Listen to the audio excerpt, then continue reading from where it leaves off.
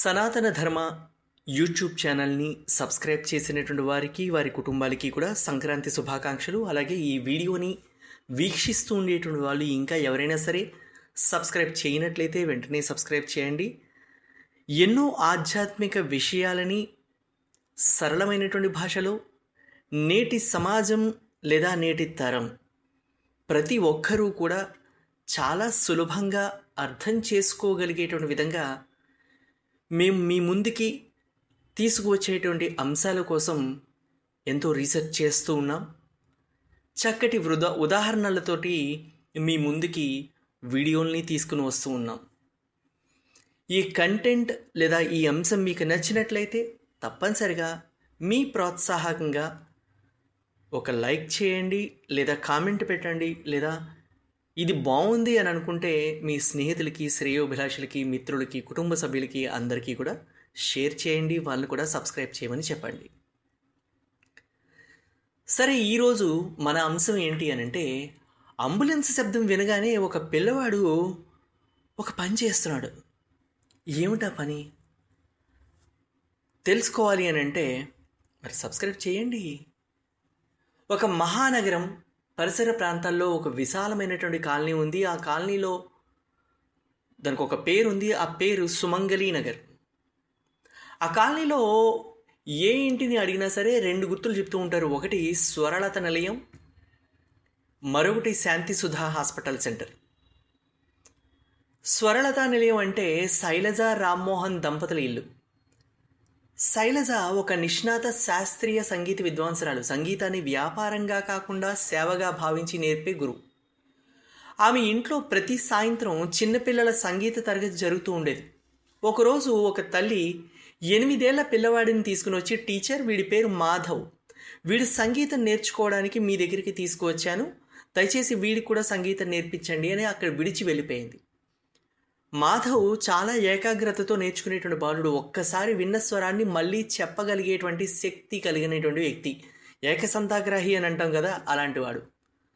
స్వరలత నిలయం ముందు నుంచి శాంతి సుధా హాస్పిటల్కు తరచూ అంబులెన్సులు వెళ్తూ ఉండేవి. సంగీత తరగతి ఎంత శ్రద్ధగా సాగుతూ ఉన్నా అంబులెన్స్ శబ్దం వినపడగానే మాధవ్ పాట పాడడం ఆపేసి కళ్ళు మూసుకుని నారాయణ నారాయణ అంటూ నిలిచిపోయేవాడు. ఇలా ప్రతిరోజు జరగడంతో ఒకరోజు టీచర్కు అసహనం కలిగింది. కాస్త గట్టిగా మందలించగానే మాధవ్ కన్నీళ్లతోటి, క్షమించండి టీచర్ అంటూ నమస్కరించాడు. ఆ చిన్నారి ముఖంలో భయాన్ని చూసి శైలజ గారి మనస్సు కరిగిపోయింది. నాయనా, పాఠం జరుగుతున్నప్పుడు నువ్వు ఎందుకు ఇలా చేస్తావు అని మృదువుగా అడిగింది. మాధవ్ చొక్కాతో కళ్ళు తుడుచుకుంటూ అన్నాడు, టీచర్, మా అమ్మ చెప్పింది అంబులెన్స్ శబ్దం వినపడగానే మన పని ఆపి ఆ రోగి త్వరగా బాగుపడాలి అని, నారాయణ నారాయణ అని దేవుణ్ణి గుర్తు చేసుకోవాలి అని. మా ఇంట్లో అందరం అలాగే చేస్తాం. ఆ మాటలు వినగానే అక్కడున్న పిల్లలందరి కళ్ళు తెలియకుండానే తడిసిపోయాయి. శైలజ మాధవ్ను దగ్గరికి తీసుకుని, నాయనా, నేను కాదు, నీవే నాకు గురువు అంది. అప్పుడు అతను అమాయకంగా, టీచర్, నేను పెద్దయ్యాక హాస్పిటల్కు అంబులెన్సులు కొనిస్తాను, ఇది మా అమ్మ కోరిక అన్నాడు. టీచర్ మనసులోనే తథాస్తు అని దీవించింది. కాలం తన పని చేసింది. ఏళ్ళు గడిచాయి. మాధవ్ సంగీతంలో మంచి ప్రావీణ్యం సంపాదించడంతో పాటు చదువులో కూడా ముందుకు సాగాడు. తండ్రి ఉద్యోగరీత్యా అక్కడి నుంచి ట్రాన్స్ఫర్ అవడంతో వేరే ఊరికి వెళ్ళిపోయారు వాళ్ళు. చాలా కాలం తర్వాత ఒకరోజు ఉదయం తెల్లటి కోటు వేసుకుని హుందాగా ఒక వ్యక్తి, తన చేతిలో ఒక చిన్న పిల్లాడు అతను పట్టుకుని వచ్చాడు. స్వరలత నిలయం గేటు తెరిచి లోపలికి వచ్చాడు. ఇంట్లో వాళ్ళు ఎవరో వచ్చారు అని చెప్పగానే ఈ తెల్ల కోటు వేసుకున్నటువంటి వ్యక్తి గురు బ్రహ్మ గురు విష్ణు అంటూ మృదువుగా ఆలాపన మొదలుపెట్టాడు. మాధవ్, నువ్వా అంటూ శైలజ తను ఉండేటువంటి గది నుంచి పరుగున వచ్చినట్టు త్వరగా నడుచుకుంటూ బయటకు వచ్చేసింది. మాధవ్ ఆమె కాళ్లకు నమస్కరించాడు. ఎలా ఉన్నావు నాయనా, ఇన్నాళ్ళు ఎక్కడున్నావు అని అడిగింది టీచర్. కన్నీళ్లతో మాధవ్ అన్నాడు, అమ్మా, ఇప్పుడు నేను హృదయ వైద్యుణ్ణి, అంటే కార్డియాలజిస్ట్ని.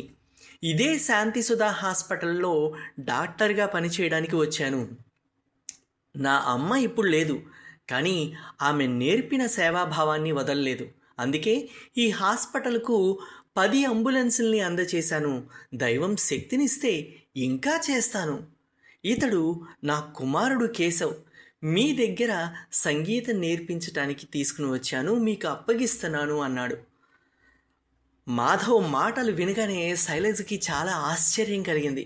సంతోషంతో తన హృదయం మొత్తం నిండిపోయింది. వెంటనే ఆ చిన్నారి కేశవను ప్రేమగా గుండెలకు హత్తుకుంది. అప్పుడు ఆమెకు ఒక సత్యం స్పష్టమైంది.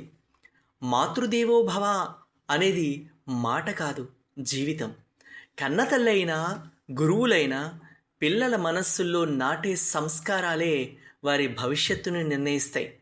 నిస్వార్థంగా చేసిన చిన్న సేవ ఎప్పుడో ఒకరోజు మన కుటుంబానికి, మన పిల్లలకి దైవ ఆశీర్వాదంగా తిరిగి వస్తుంది. అందుకే నిజమైన సేవాభావంతో పనిచేసే వారిని ప్రోత్సహిద్దాం.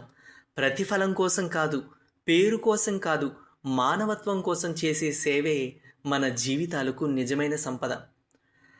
వృత్తిరీత్యా తల్లిదండ్రులు ఇద్దరూ కూడా ఎంత బిజీగా ఉన్నా మీ పిల్లలకు నేర్పించాల్సినటువంటి విషయాల్ని మాత్రం ఎప్పుడూ మర్చిపోకండి.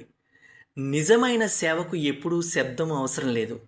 అది కాలం దాటినా, తరాలు మారినా దైవ ఆశీర్వాదంగా మన జీవితాల్లో ప్రతిధ్వనిస్తుంది. పిల్లలకు మనం ఇచ్చేటువంటి ఆస్తి ధనం కాదు, సంస్కారం. ఆ సంస్కారమే ఒకరోజు సమాజానికి సేవగా మారుస్తుంది. చిన్నతనంలో మనం కష్టపడిపోయాం కాబట్టి ఇప్పుడు కష్టం అనేదే తెలియకుండా పెంచుదాము అనంటే ఆ పెంపకంలో సంస్కారం అనేటువంటిది దూరంగా పారిపోతోంది, సమాధి చేయబడుతోంది. గుర్తుంచుకోండి తల్లిదండ్రులారా. ఇతరుల బాధకు మనసు స్పందించిన క్షణమే అది పూజగా మారుతుంది.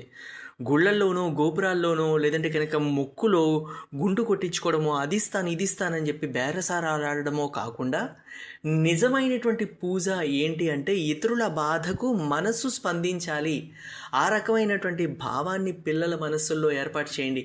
అలాంటి పూజే మన కుటుంబాలకు రక్షణగా నిలుస్తుంది. ఇప్పుడు గుళ్ళు గోపురాల్లో ఎక్కడ చూసినా యువత అనేటువంటి వాళ్ళు ఉండట్లేదు, తల నెరిసినటువంటి వాళ్ళు తప్ప. ఏ అంటే తల్లిదండ్రులుగా మనం అక్కడ ఫెయిల్ అవుతున్నాం కాబట్టి. నిస్వార్థంగా చేసినటువంటి సేవ మనకు కనిపించని చోట మన పిల్లల భవిష్యత్తు నిర్మిస్తుంది. అంటే ఎప్పుడైతే ఏ స్వార్థాన్ని ఆశించకుండా మనం తోటి వ్యక్తులకి సేవ చేస్తామో అక్కడే మన పిల్లల భవిష్యత్తు కూడా నిర్మించబడుతుంది. ప్రార్థన చేతులతో కాదు, హృదయంతో చేసినప్పుడే అది దైవ కృపగా తిరిగి వస్తుంది. కాబట్టి ఈ పై విషయాల్ని మాత్రం తల్లిదండ్రులుగా మీ పిల్లలకు నేర్పించడం మర్చిపోయి ఫెయిల్ అయిన తల్లిదండ్రులుగా మాత్రం మిగిలిపోవద్దని నమస్కారాలు తెలుపుతూ మీకు విన్నవించుకుంటున్నాను. ఈ అంశం కనుక మీకు నచ్చినట్లయితే సనాతన ధర్మ అనే యూట్యూబ్ ఛానల్ని తప్పనిసరిగా మీరు సబ్స్క్రైబ్ చేయండి, లైక్ చేయండి, మీ కామెంట్స్ని అక్కడ తెలియచేయండి. నమస్తే.